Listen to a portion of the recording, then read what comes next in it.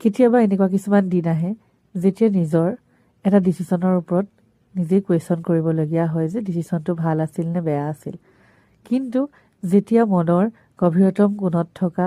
সেই সত্তাটোক প্ৰশ্ন কৰোঁ যে মই এটি শুদ্ধ সিদ্ধান্ত ল'লোঁ নে ভুল সিদ্ধান্ত ল'লোঁ, তেতিয়া যেতিয়া সেই সত্তাটোৱে কয় তুমি লোৱা সিদ্ধান্তটো কাৰো ক্ষতি বা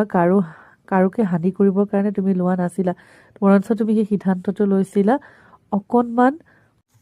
শাৰীৰিক আৰু মানসিক প্ৰশান্তিৰ বাবে, অকণমান চেঞ্জৰ কাৰণে, যি চেঞ্জে তোমাক মনটোক আৰু তোমাৰ নিজৰ সত্তাটোক সুস্থিৰতা প্ৰদান কৰিব পাৰে। তেতিয়া যদি হাজাৰজনেও কয় যে তুমি ভুল কৰিছা, তুমি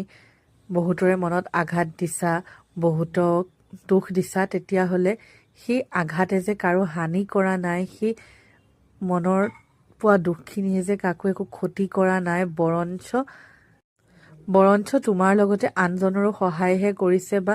আন 10জনৰ উপকাৰহে সাধন কৰিছে, তেতিয়া কিন্তু মনটো সঁচাই শান্তি যেন অনুভৱ হয়। আৰু কেতিয়াবা কিছুমান ডিচিশ্যন ল'বলগীয়া হয় নিজৰ মানসিক আৰু শাৰীৰিক শান্তিৰ কাৰণে, আৰু সেই ডিচিশ্যনে যদি কাৰোবাৰ অন্তৰত দুখ দিয়ে, সেই দুখ বা কষ্টখিনিয়ে কিন্তু কাৰো একো আঘাত নেহানে, আচলতে নিজৰ মনটোকে কঠোৰ কৰি সেই ডিচিশ্যনটো ল'বলগীয়া হয় তোমাৰ লগতে আনজনৰো সুবিধা আৰু কুশলৰ কাৰণে আৰু সকলোৰে